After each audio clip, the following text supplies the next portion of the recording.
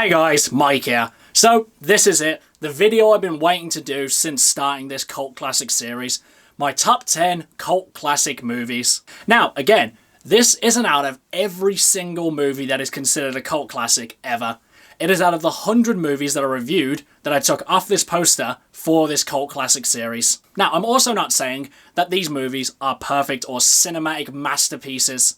These are just the movies that I loved the most out of this series. Whether it be for their themes, characters, humour, doesn't matter, I just loved these films. Now again, it is annoying I have to say this. This is 100% my opinion. Don't take it as gospel. If you have your own opinion, that's brilliant. But these are my favourite movies from this series. If you want to see which movies were in consideration, then check the description below for the playlist. But in any case, let's get started with... Number 10. Kicking off my list is a movie that a lot of people consider to be one of the greatest films ever made. I can see why they think that. I don't think it's the greatest movie ever made, but it's definitely up there. Kicking off my list, we have The Godfather. Now, I had seen this one before, but when rewatching it for this series, I pretty much remembered basically nothing about this one. But my god, what an amazing film. There were just so many great performances, so many great scenes, a lot of subtlety. Just the amazing command and control that the characters have for their whole setting is just brilliant. And as well, playing the video game before watching this film just made me love it all the more. Really, The Godfather deserves all the acclaim and respect it's garnered over the years. My only real criticism, it's kind of hard to call this one a cult classic when basically everyone loves this film, and when it's not exactly a niche kind of film. But nonetheless, amazing, amazing movie.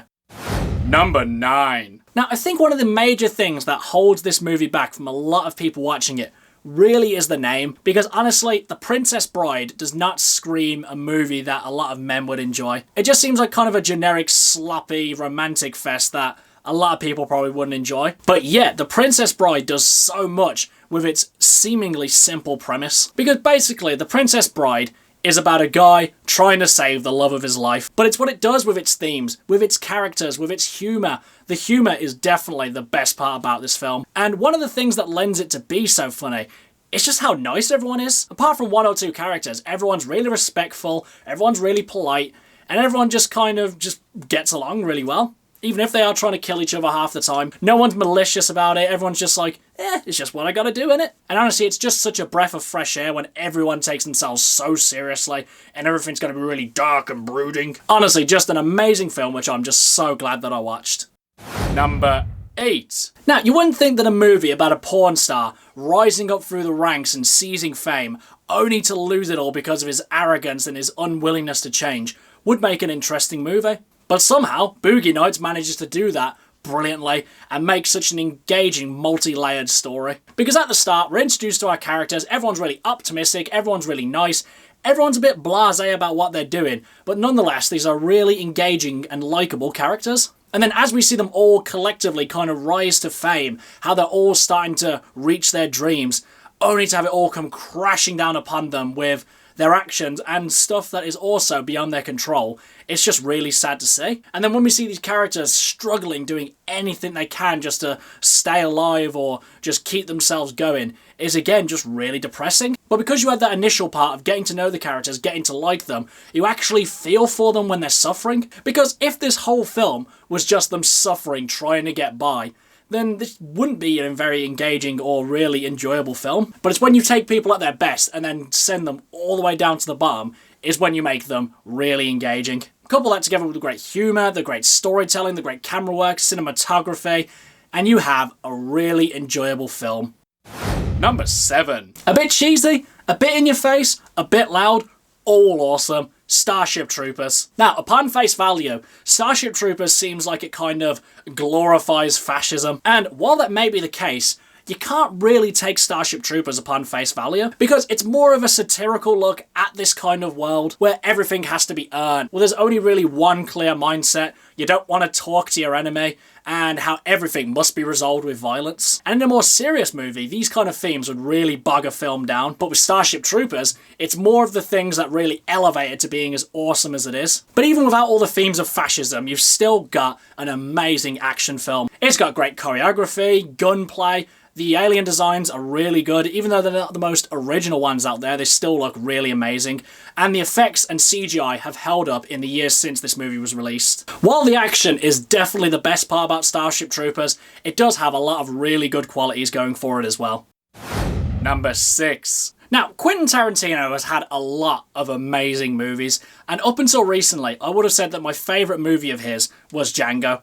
But after watching Kill Bill, that all changed. Now, you could argue that this is technically 2 movies, but I don't really see it that way. It's basically one whole that was just split into 2 parts. Hence why it's not just called Kill Bill 1 and Kill Bill 2. It's Kill Bill Volume 1 and Volume 2. But wow, what an amazing film. First of all, you got Uma Thurman as the bride, an amazing character. It's one woman's will to survive and get revenge on the people who wronged her. And I think probably a lot of people would relate to her situation if you were put in the same situation that she was. So, not only do you have an interesting, engaging character, you've got a really interesting story, which could have seemed really basic and simplistic if a lesser mind handled it. The action as well is definitely the best part about this film. Some of the best choreography, swordplay, gunplay that I've ever seen in a film. And as well, it manages to get some good, legitimate twists and turns in there. And it manages to mix up styles and genre as well. All of this put together make one of Quentin Tarantino's best films that he's ever made. One could argue that he has made better films, but for me, this is easily my favourite. Number 5. Arnold Schwarzenegger has been in a lot of amazing action movies, but I would argue none are more tense and exciting than Predator. Now, I can't remember when I first watched Predator, but all I know is that when I first saw this film, I instantly fell in love with it. Really, it goes without saying, like with a lot of Arnold Schwarzenegger's old movies, the action is amazing. Imaginative, exciting, well choreographed, brilliant. Coupled with that, his team. They're all different, they've got their own distinct personalities, and they all really stand out for their own individual reasons. And then, of course, you've got the Predator himself. What an amazing design. Thankfully, they didn't go with their original design, which was like some kind of big pink lobster kind of thing. Instead, they went with this sleek, hulking, massive monster of a creature, which for the most time you don't see, so it can literally be anywhere. And you'd think that a lot of the terror with the creature would be lost as soon as you see it. But if anything, it just ramps it straight back up again. Because honestly, if you came face to face with this creature, yeah, I don't think you'd probably be as brave as Arnie was in this. And though the Predator franchise has not made another movie that has come anywhere close to being as amazing as the first one, this one is still great nonetheless. And mediocre sequels have not hurt the reputation and legacy that is Predator. Number 4. Now, Leonardo DiCaprio is arguably one of the best living actors that Hollywood has to offer. He has a lot of amazing roles behind him, none so more for me than The Wolf of Wall Street. Now, I do understand the great criticisms that people do have about this film, the fact that it tries to glorify the life of a stockbroker, a corrupt stockbroker. But honestly, there's kind of no other way of showing this kind of story, because it kind of falls under that bracket of that if you were given the exact same opportunities that he was, then you'd probably do the same things that he did as well. Because he starts off being, you know, quite mild-mannered, quite just an average Joe. But then he used his wits and intuition to start scamming people out of their money. And then, he gets more and more money, gets more power. Thus his ego and arrogance grows even more, till eventually his pride becomes his downfall. And then because of the decisions that he made, because of his over-glamorized life, he loses absolutely everything. But then the sad thing is as well, that even after he's lost everything, he really still has quite a lot going for him as well. But as well, other than Leonardo DiCaprio's great performance and the overall amazing story, there's just so many other great things about this film. Everyone else's performances are really great as well. Margot Robbie, Jonah Hill, John Bernthal, just to name a few. The direction by Martin Scorsese is phenomenal. One of the best movies that he's probably ever made. My probably only major criticism about The Wolf of Wall Street is that it's kind of hard to call it a cult classic when it's only been out for like, what, 7 years? And it's not really a case of like a couple of people raising this movie up to a higher standard than it probably deserves. Because basically most everyone loves this film, and it's still a bit too recent to be kind of forgotten by people. But other than that, The Wolf of Wall Street is an amazing film and easily one of my favourite, if not probably my favourite, Martin Scorsese movie. Number 3. Now, everyone loves a bit of rock and roll and the blues, and who better represents that than the Blues Brothers? I knew that I was going to enjoy this film because I'd heard quite a lot of good things about it, but I had no idea how good this film was going to be. Literally within the first minute of the movie, I was already hooked, and all it took was like a sound effect. The Blues Brothers remained consistently funny throughout the whole film. Well, actually saying that, it just got funnier and funnier as the film went on, just getting more insane and ridiculous as well. And at times it just really doesn't make sense, but all this as well just lends into making the Blues Brothers a hilarious masterpiece. And as well, other than the comedy, the music itself is just amazing. Getting together real life musicians to make one of the greatest rock musicals, I guess you could call it, of all time. I'm not sure how many, if any, of the songs were original from this movie. Nonetheless, the soundtrack for the Blues Brothers is incredible. And all the musical performers give everything they've got to this film. And all the music and comedy all put together make such an incredible film like The Blues Brothers.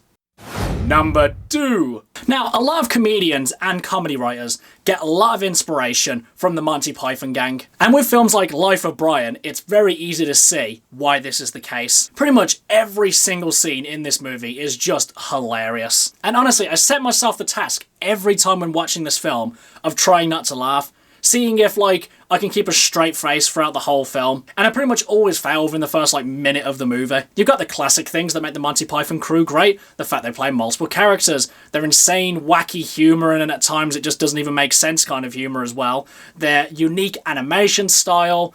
They're just completely meta commentary as well. And within Life of Brian, pretty much the funniest Monty Python sketch ever, which every time I see it, just without fail, always makes me laugh. The Biggest Dickers scene. Actually, just thinking about that scene starts to make me chuckle. And then as a whole, Life of Brian just has a really positive message for you at the end of the day. Always look on the bright side of life. Even if you're being crucified in the scorching sun, yeah, still look on the bright side of life. So guys, just before we get to number 1, I want to do some honourable mentions. Little Shop of Horrors.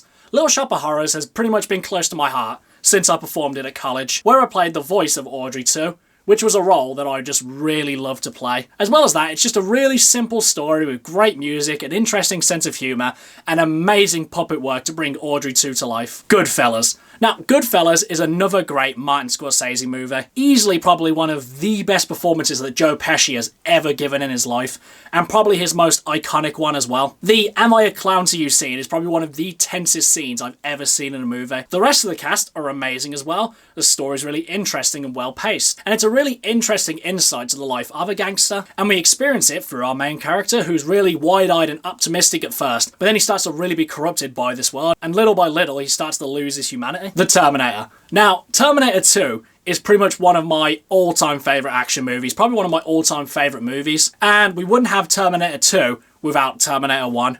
Which, in its own right, is an amazing film by itself. The time travel's done really well.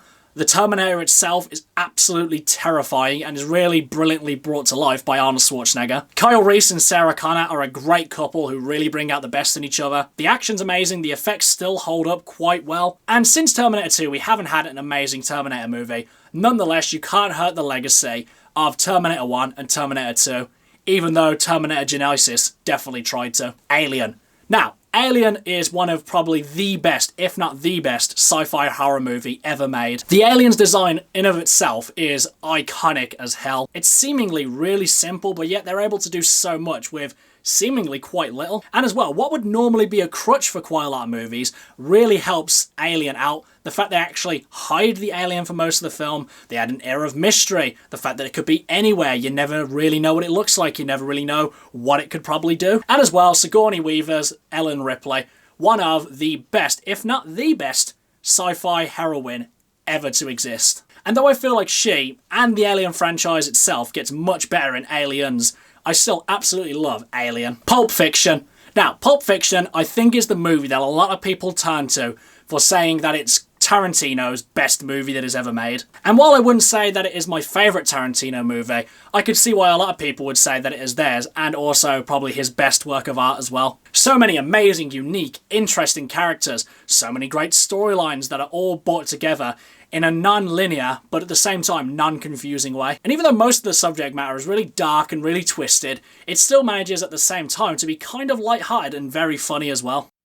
Number 1. So, this is it guys, my number 1 movie of this entire cult classic series. 100 movies, and it all boiled down to one. And I gotta be honest, it was a little bit unfair for every other movie in this series, because as soon as I saw that Monty Python and the Holy Grail was on this poster, basically everything else lost. I know that's not necessarily a very fair and objective thing to do, but I watched all of these other movies, and none of them for me came really close to being as good as Monty Python and the Holy Grail. This movie has pretty much been a part of my life for as long as I can remember. I've spent most of my life quoting this film. I love all the characters. I love how insanely silly it is. It is absolutely hilarious. I love that it manages to mix genres as well. It does a lot of unconventional things, like having an animator suffer a heart attack to get rid of the monster that's chasing them, having a killer rabbit, having people pretend they're riding horses while people behind them are banging coconuts together. It's just a lot of weird and absurd things like this which make Monty Python and the Holy Grail one of, if not the funniest movie that I've ever seen in my entire life, and easily one of my all-time favourite movies as well. Okay guys, that's it. That wraps up my cult classic series. I've really enjoyed doing this series, and I thank my sister and my brother-in-law for getting me the poster for Christmas so I could do this series. I originally projected that I would have this finished by October, but then the coronavirus happened and I had a lot more time on my hands. So I managed to watch these movies a lot quicker than I normally probably would have. I thank everyone for really taking an interest in this series, all the interesting things they've had to say, why they love the movies in this series, why they hate the movies in this series. All of it put together has made this such an enjoyable experience. But now I ask you, do you agree with me on any of these films? What's your favourite movie in this cult classic series? Whatever it is, drop it in the comments below. And until next time, I've been Michael. See ya!